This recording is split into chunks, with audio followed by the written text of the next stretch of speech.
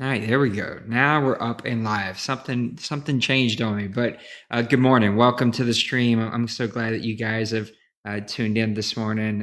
Hopefully, this is working the way that I want it to work. We're trying some new things here.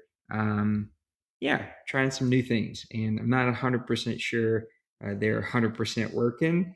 And I'm going to just kind of make sure that things are working the way we want them to work.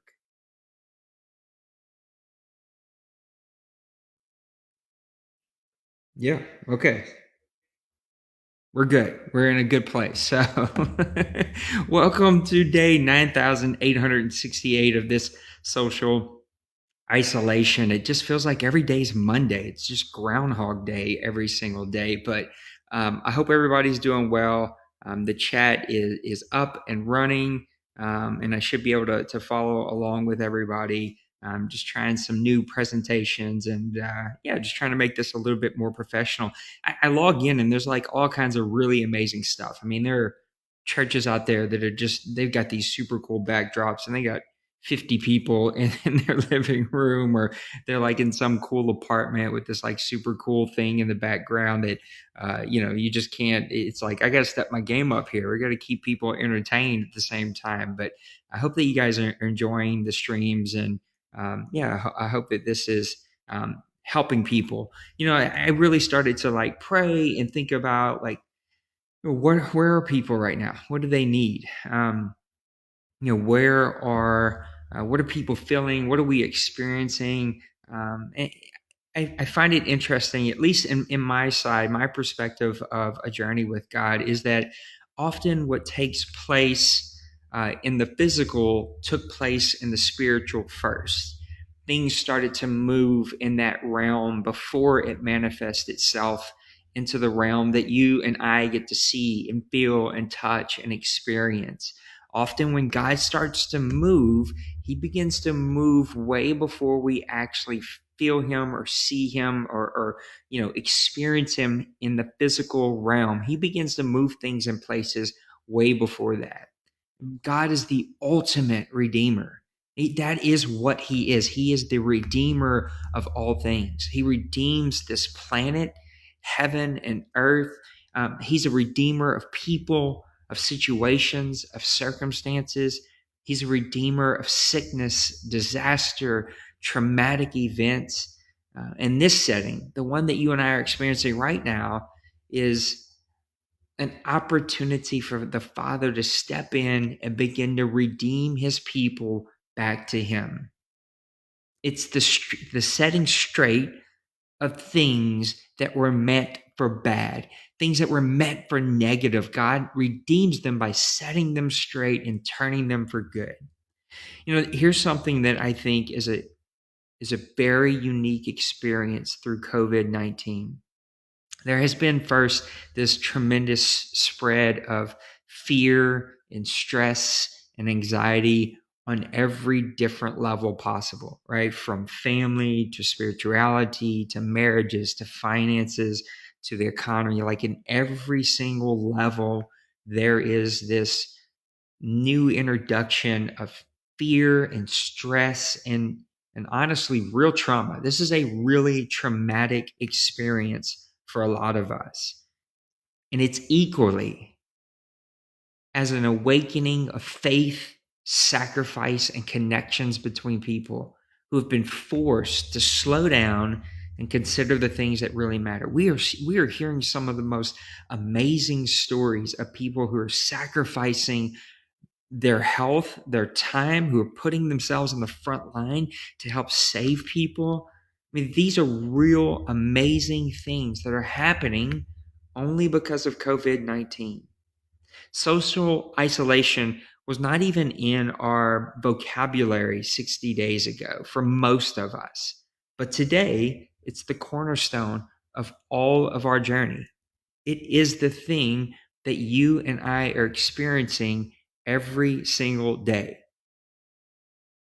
Social isolation was not created because of COVID-19. There were humans on this planet that experienced social isolation in aspects of their lives. whether it was because of their homeless or drug addiction, whatever the case might be, mental illness, bad situations that just happen sometimes and people fall on really tough times. Now, this entire planet is experiencing what it is like to be cut off from your social fabric, from the people, from the relationships, from the things, the jobs, the things that keep us busy, the ability to get out and do things. We are now all sharing this experience of being socially isolated. And this is what a shared experience brings with it: the opportunity to have empathy active in our lives for those who find themselves in that situation every single day. I love good stories, right? A lot of people love really good stories. There's something about a good story that if you tell it long enough, if you experience it long enough, kind of becomes yours. It takes on a life of its own. It's the fish who grew, 7 feet in 5 years because because of the story that was being shared. It's the joke that you've told so many times, it becomes your own, right? It makes you laugh and it's your joke. I remember telling this joke a whole lot. We grew up on Couillon jokes and Thibodeau jokes and like all of these like Cajun jokes, and one like key core set of jokes that you heard a zillion different ways of telling it was about Couillon and Boudreaux. Not Couillon, I'm sorry, Thibodeau and Boudreaux. Couillon is something different. So Thibodeau and Boudreaux needed to go and buy some new cattle. And they didn't have a whole lot of money, so they just kind of scraped together the money that they had. And they said, Thibodeau, you're the smartest of both of us. Yeah, we can put the Cajun accent. I want to make sure our friends are following along, though. He's like, Michelle, you can talk and you can handle money. You go and you buy the cattle. So Thibodeau leaves and takes off and buys his bus ticket and goes to the auction, and he finds this bull that he wants to buy for the farm. So he makes his bid and he ends up winning. And now he's got to figure out, he just purchased this bull. He's only got a little bit of money left. He's got to get this bull back, but he doesn't have a trailer. He doesn't have a truck. He doesn't have any of the things. And so he needs to send a message to Boudreaux. There were no cell phones back then. There were no ways to send anything outside of a telegram. So Thibodeau goes into the store and asks, how much is it going to be? I need to send a telegram. And they're like, oh, it's really cheap. It's only $2 a word. Thibodeau takes out his money that he's got left, and after paying for the bull, he's got $2. So Michel, got to think of a word. He's got one word to send to Boudreaux to help Boudreaux know he needs to get over there. What can he tell Boudreaux? He knows. Thibodeau goes back in there, lays his $2 in, gets the farm, and he fills it out with his word, hands it back to the teller. Teller looks at it and pauses for a minute, thinks, and says, Mr. Thibodeau, are you sure this is what you want me to send? He's like, yes, that's the word. He said, but all it says is comfortable. Michel, yeah, comfortable. I'm confused. He said, man, well, Boudreaux, he reads kind of slow. So when he gets that, he's going to read comfortable. Comfortable. Stupid joke, I know. And it's even stupider when you tell it and there's no one around to giggle or laugh or anything at all. It feels way more dumb. But we love jokes, right? We love stories. We love jokes. The best story, though, is always your own. The best story is the one that you can tell that actually doesn't need to be memorized. It doesn't need to be recalled in a specific way. Your story is always the best story. My family story took a new page 9 years ago, almost 9 years ago, when a conversation about a website completely changed our lives forever.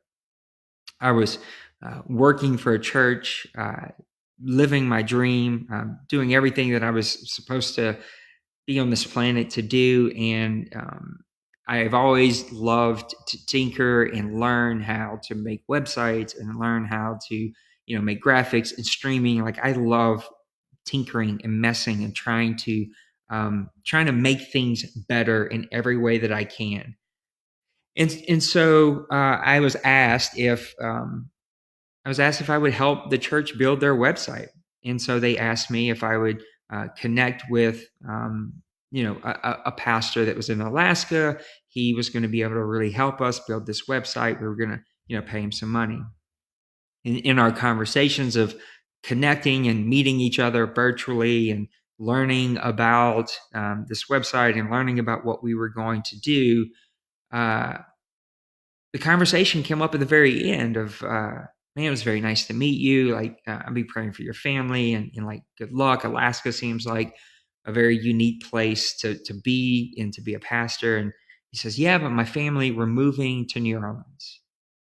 And that one statement changed everything for us. In that moment, God started a journey inside of us that still continues honestly today.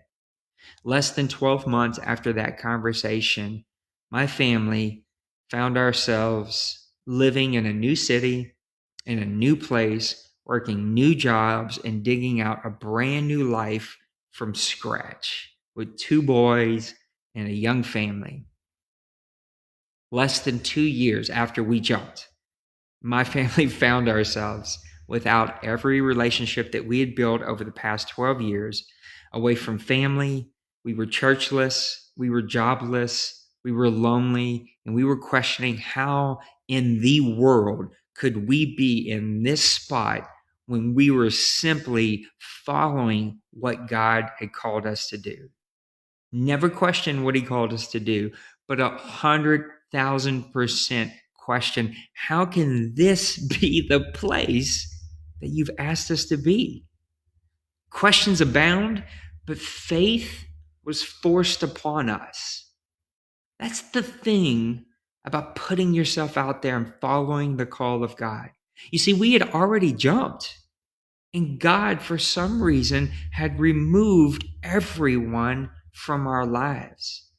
Empty Christmases and empty Thanksgivings, and no one to celebrate birthdays or anniversaries with, no one to share a story with or a joke with, no one to come and hang out at your house and barbecue with. We were alone and forced to fight for what really mattered, and now embrace this new walk with our Father. I worked out at the airport. It was the only job that I could get. I was blessed and honestly lucky that we had some connections, and this was a contracted company that would come in and subcontract employees to wash cars that came in for the rent-a-car places, because their salary employees for the different rent-a-car places couldn't move the cars fast enough. So this company would hire men like me to come in and pay us per car. And if you got out there and hustled, you can make some good money. And it was the craziest thing in the world. I made some of the most money I'd ever made in my entire life washing cars.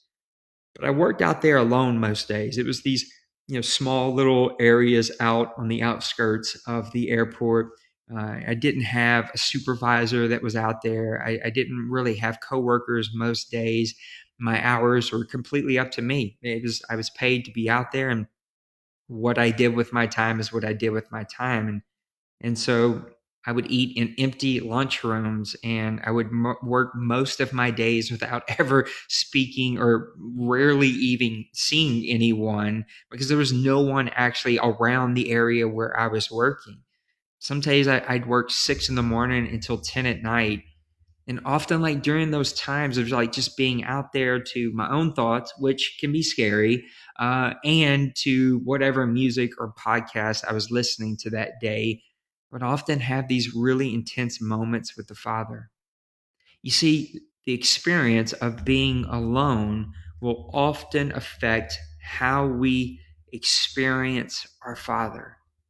And I felt separated from him. I felt like even he had left me, that even he had left. Just months earlier, I was doing my dream job. I was doing what I was placed on this planet to do. I was loving people, and we were in schools. We were super blessed that we had this tremendous opportunity, and our community embraced us, and our church supported us, and we were surrounded by family and friends. We had young people at our house 24/7, and now I'm washing cars. A highly trained monkey could have done my job for peanuts instead of the $3 a car that they were paying me. I was alone and forgotten. And here's what I didn't realize in that moment that I now realize today, that it was in those moments that the Father was healing us. He was separating in order to heal us. Didn't make it fun. It wasn't a fun experience. All of a sudden, when I realized, oh, this is what the Father is doing, it didn't make everything go away. You still felt lonely. We still felt like we were completely forgotten. But this is the thing about God's calling. Every calling that God places on your life will cause every insecurity and weakness in your life to bubble to the surface, because that is what the Father wants to deal with. That is what the Father wants to heal in you, so that you can be the fullest you that you possibly can be for that next step in your life. And often those journeys don't come with a lot of conversation.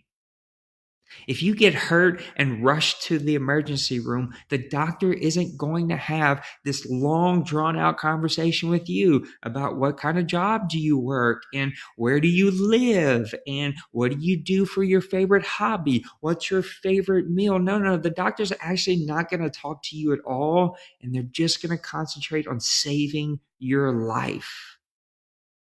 Often God isn't speaking to you because there's nothing to say. He is in the process of healing you. Good morning, Miss April. Good to see you. Name a story in this book where moments of separation didn't also cause moments of insecurity to bubble to the surface. This is the way journeys with the Father work. This is when the greatest gift that God has ever given you and I comes into play. The gift and power of choice. The most powerful gift that God gave only us as humanity, that we have the power to either lean into my relationship with the Father, to make choices that affect the outcome of my story, that cause me to either lean into his healing, to lean into my relationship with him, to lean into the experience that can only come from God, or to lean into my own abilities, my own understanding of trying to figure this out, of trying to move these pieces all by myself, which also leads to these deep, dark, more separated stories that are written out and played out in our lives. 2 weeks ago, God reminded me of a story which we find in 3 different parts of our Bible, 3 different Gospels, Matthew, Mark, and Luke, a story which finds a family in their very own story, very dark story. There's something about the power of houses and homes. The home is tied very, very close to the experience and the movement of Christianity. This figment of what we call the church in America, the movement of the church, which is also identified by, labels and names and buildings, which is totally cool. But that's what we identify as the church, is very closely connected. That story is connected with the home. A lot of Jesus' ministry was done in the home. A lot of his miracles and wonders were done in the home. A lot of people's stories changed forever in the home. And this was no different. I'm going to lean into Mark for this one. I just love the way Mark tells this story. But he begins to tell the story in Mark chapter 5 of Jesus doing all of these healings and works and wonders. Good morning, Aunt Cindy. And he finally gets in this boat and he crosses across the sea to go actually to what some of these stories say to his hometown. He's showing back up at home, and there's this tremendous crowd of people that had showed up. And one of those people who knew that Jesus was coming and who left his family, his name was Jairus. And the Bible says that when he saw Jesus, when he walked up and seen Jesus, that he fell to his knees and he begged Jesus that his daughter was sick on death's doorstep, and if Jesus would just come with him, he would heal his daughter. Let me see if I can show you this this way. Split screen this. It says, after Jesus here in verse 21, after Jesus crossed the boat, a large crowd met him on the seaside, and one of the meeting place leaders named Jairus came. And when he saw Jesus, he fell to his knees and beside himself and begged, "My dear daughter is at death's door. Come and lay hands on her that she will get up, get well, and live." And Jesus went with him, the whole crowd tagging along and pushing and jostling at him. Sickness brings more with it than just physical outputs that we all see. It's more than just the physical that we experience, that we hear, that we feel. It carries with it emotional and spiritual weights that are oftentimes just as heavy as the physical things that we're experiencing, these ailments that we're experiencing physically. Here, this man, his name is Jairus, and he's so desperate for an answer. This is an answer that doctors don't seem to be able to solve. Medication isn't doing the trick. And rumors of a man who might be able to solve his problems, a man who's producing miracles, works, and wonders, who's close enough to Jairus that he's willing to sacrifice the last possible moments of being with his daughter in hopes that he can get to this man, get him and talk him into coming to his random house, healing this random girl just enough time so this daughter would live. And that's a powerful statement. That's a powerful emotion that makes this very real. Jairus had faith. He said, "Come and lay your hands on her that she will live." And he also had action. He had left to go meet Jesus. Death was still very much in the cards for Jairus' daughter, but he still sacrificed that time to go and find Jesus in hope that he would come back. Here's the thing. God is not moved by time or death. He lives separate from those things. He was there before time existed and conquered death at the grave. He lived without time. He doesn't live in the realm of time, of clocks, of calendars. And at Calvary's door, when he sacrificed his ultimate sacrifice, he conquered and received the power of death at that cross. Time and death are not motivating factors for Jesus. They don't move him. The timing of our circumstance and the death of our plans do not cause God to pause and bring concern and fear and anxiety into his life, because he lives beyond that realm and has the power of those situations paid for fully for our lives. That's a powerful statement, that God lives beyond those things. Watch what he says. We're going to skip a couple of verses, right? God has this interaction with the woman with the issue of blood. Jesus heals her, and it's an amazing story about healing and perseverance and pushing through.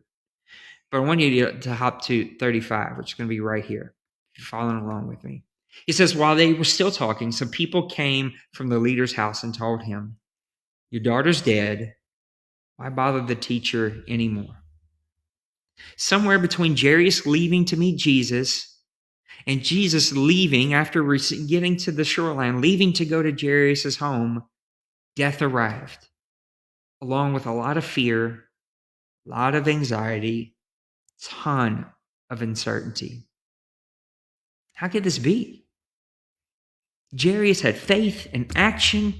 Jairus sacrificed his time away from his daughter. He could have spent those moments holding her hand. He could have spent those moments telling her how much he loved her, how proud he was of her. He sacrificed these things for God, and death still showed up. Why bother the teacher, the person said. How many times have people said in your lives, how many times have they taken your story, they've taken the pen out of your hands, and they've started to write the ending, the closing chapter of your story instead of the new page on another chapter? People always have unasked for advice. Safety may be found, as the Bible says, in the counsel of many advisors, but so is bad advice and distracting principles and perspectives. Fear and uncertainty can often be found alive and well in the middle of the crowd. It lives on the stories that others begin to write for your life. It thrives on the perspective of those who aren't walking your and I journey. But every story, every opportunity comes with it the opportunity for choice. And here, Jairus was faced with a choice. 36 says, Jesus overheard what they were talking about. And he said to Jairus, don't listen to them, just trust me. Jesus always says stuff that makes me go, wait, what? Now, I know they're translations and there's only so much we can get out of it, but truly, Jesus says things that go, come on. He says, hey, don't listen to them, just trust me. Clearly, Jairus' ears worked just fine. He heard what was articulated to him and was in the middle of processing that information that had been given to him. Jairus didn't need new hearing aids, yet Jesus told him not to engage in the emotion of listening and accepting the news which was being told to him. And I am here to tell you, I feel like the Father's message for all of us today is that you don't have to listen to everything that's being said to you about you. You don't have to accept their fact of words for the other labels that they're trying to place on you. That is your power of choice of what you want to listen to and who you want to put your faith into. You can do something more powerful than listening. You can trust. You can trust in the relationship that set you on your journey and wants to supply an opportunity for you to gain everything that you need for this journey. You can trust in the one who gave you your gifts, your talents, your opportunities, and opened up doors for you. You can choose not to listen and instead to do something more powerful, but to trust. You can trust that the one who started that journey will also complete that journey. And if you ask him to come, no matter what, he will show up. And Jairus asked him to come, but he was faced with a choice. He was in this crossroads of processing this magnificent moment of emotion and sadness and just the flood of anxiety and fear that your daughter is dead. Or you cannot listen to that. You can trust me. You can let me walk this out with you. Mark 5:37 is where we're going to pick it up. He says, Jesus shows up, gets there, a lot of stuff going on. People are there. People are crying. People are gossiping what happened. Why was Jairus gone? Like, why wasn't the dad? Hey, do you know the dad wasn't here? And this poor little girl was sick and dying, and they knew she was going to die. And the doctor said she was going to die, and the medicine wasn't helping. And Jairus left. Did you know he left? Where did he go? Did he go to the store? Did he go fishing? Did he go hunting with his buddies? Who's this guy with Jairus? Where's he been? Doesn't he know that does he know his daughter's dead? All of this gossip, all of people are crying, and I can only imagine when Jairus finally shows back up. makes eye contact with his wife. The emotions that are overwhelming him in those moments of his wife mourning the death of her child. And yet Jesus was there. So Jesus makes a statement. He says, the child's not dead, she's just sleeping. And it makes people chuckle. And I find like, it's funny. How do you go from like gossiping and crying and emotional, and now I'm laughing? Is you crazy? Did we break out like the sacrificial wine a little early here for this week? Like, what exactly is going on? Verse 40 is where I want to bring your attention to, though. He says, but when he sent them all out, he took the child's father and mother along with his companions, and he entered the child's room. What could be perceived as everyone leaving out of your life is in reality Jesus removing every distraction that doesn't understand that your dreams are not dead, they are simply sleeping. Your destiny, your purpose, your fulfillment isn't dead. It isn't buried. It hasn't had dirt thrown on its life. They aren't celebrating a life that could have been. Instead, your dreams, your purpose, your destiny, your fulfillment is just resting in preparation of an encounter that will forever change the direction of your life. You see, the label makers, those final chapter authors who keep trying to pin the last book, the last chapter in your book, they'll make it harder for you to be able to listen and trust. If you listen to a song long enough, you don't look. I'm not a country music lover. Not a big fan. Okay. If you love country music, do you, boo-boo? That's your stuff. Go and enjoy it. I'm just not a big fan of country music.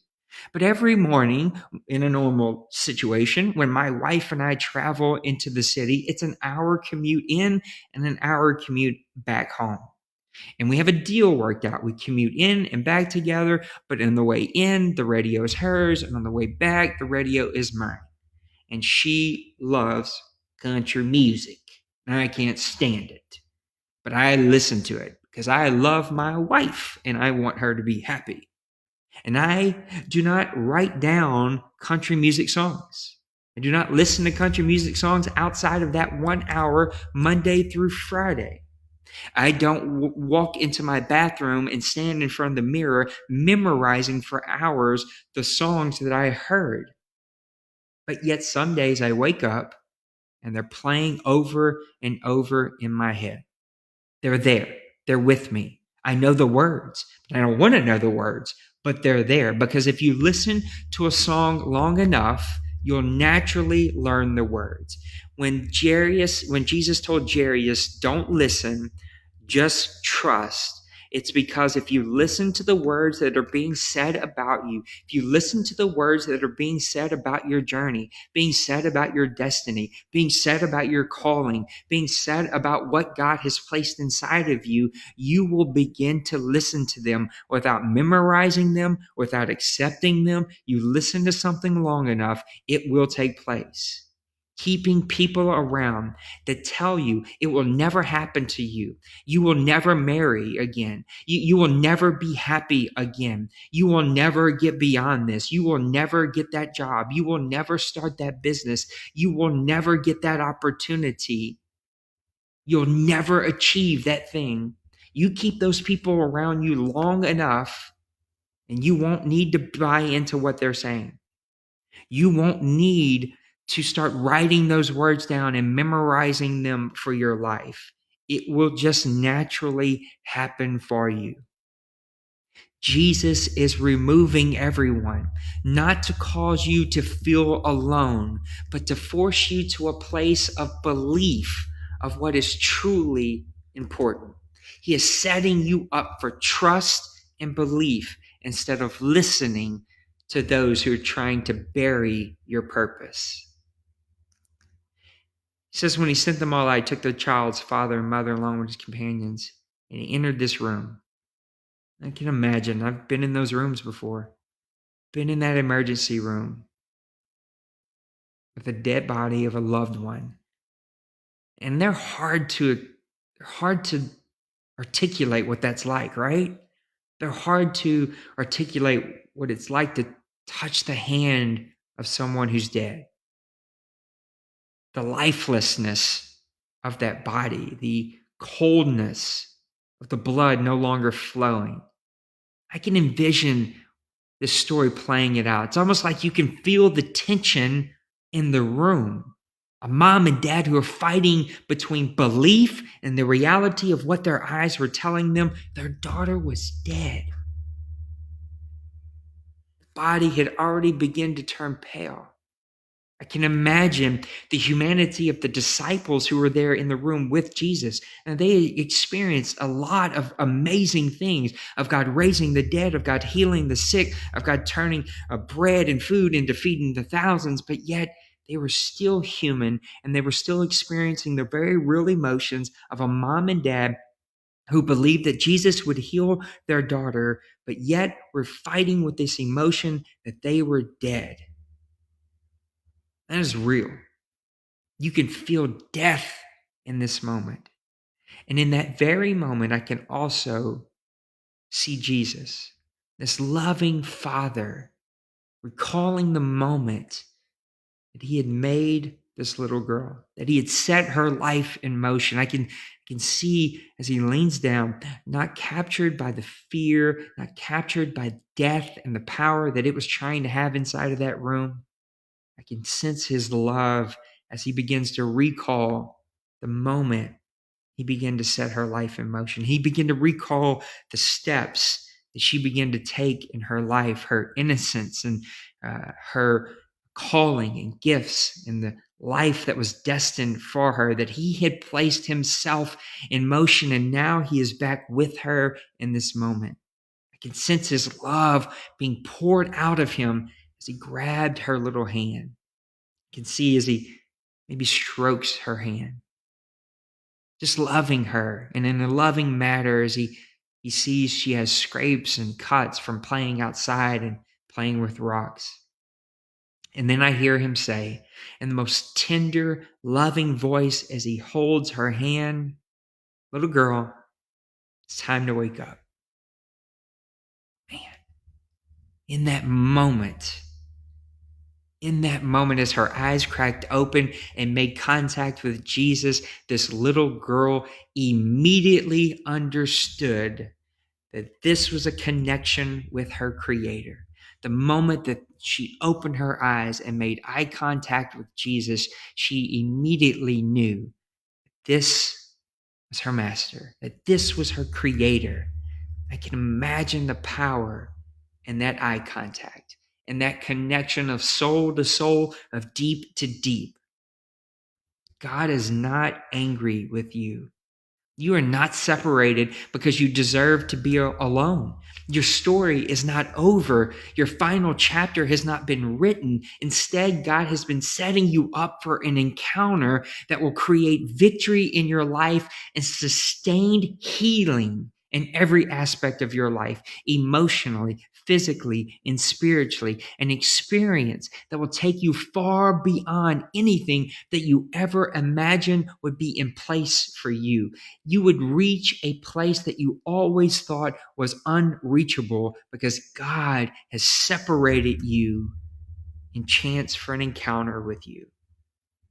And while others were preparing to celebrate a life that could have been, God is ready to redeem you to a place of new destiny. And he grabs your hand. And he grabs your hand and speaks to your purpose and tells you to wake up from this slumber that you have been having. You and I get to experience God in the exact same two ways that this little girl did. The Bible says that she walked around. God's calling always creates movement towards our destiny, movement into our purpose, movement into a deeper relationship with those around us, movement into a deeper relationship into the God himself who has asked us to trust him. God's calling always presents itself with movement. God's calling creates movement. And if you are far from him, it creates movement towards him.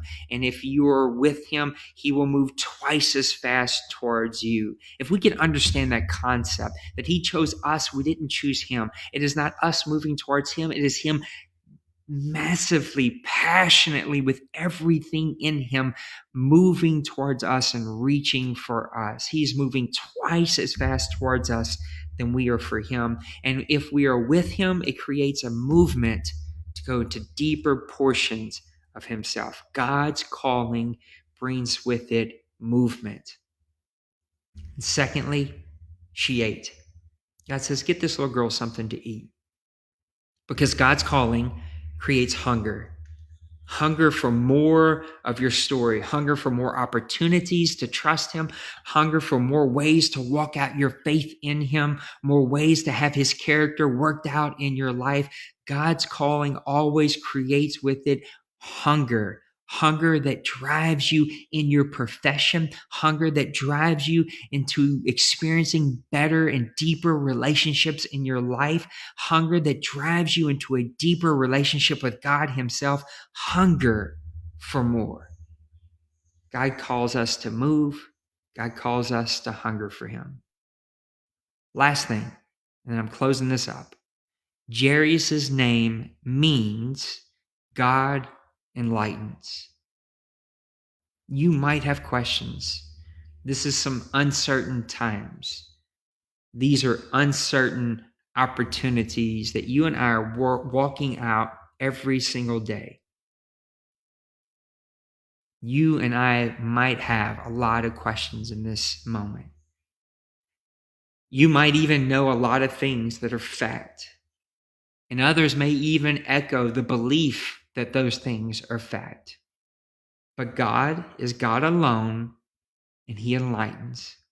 When we trust, he enlightens. When we lean in, he enlightens. When we give our all, he shows up. This pandemic has created a lot of opportunities for us to experience an example of the Father's love.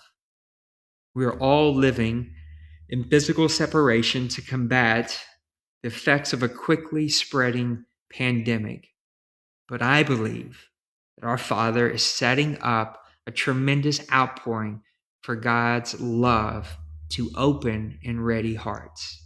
It's in this moment that God is grabbing the hands of our dreams, our destinies, our purpose, our callings, in order to get them to wake up, to get moving, and to eat.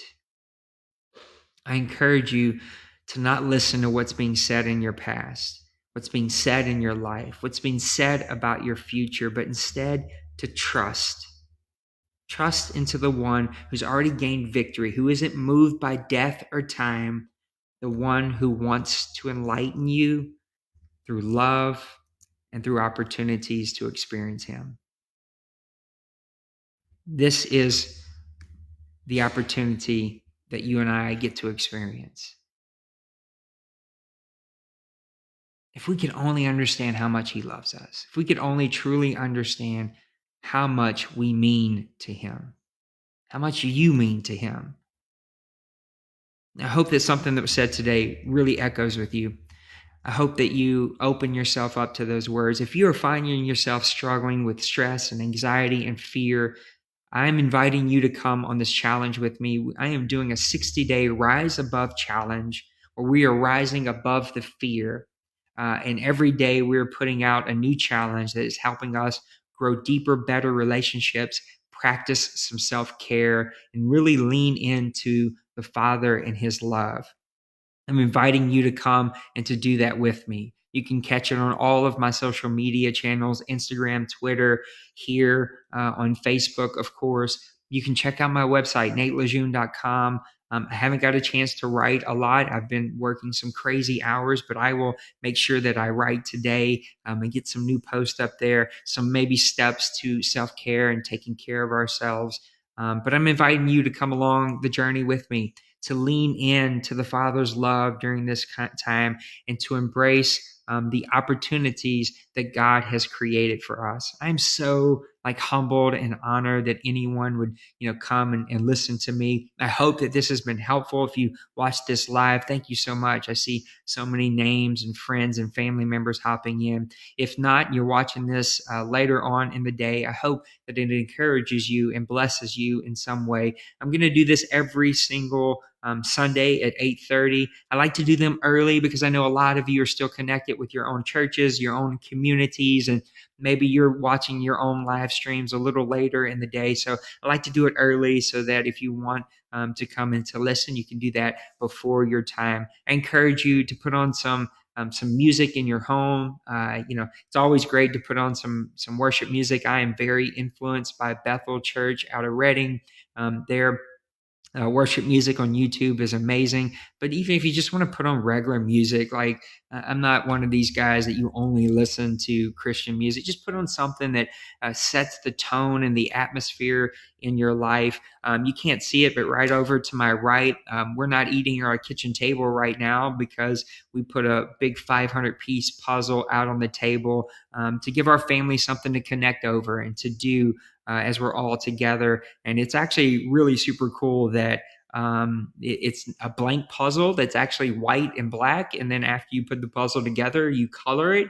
And so it's just a way that we can connect because we're all stuck doing the same things over and over. So I encourage you to find ways to virtually connect, to take care of yourself, to make relationships intentional, reach out and connect to your loved ones, reach out and connect with friends.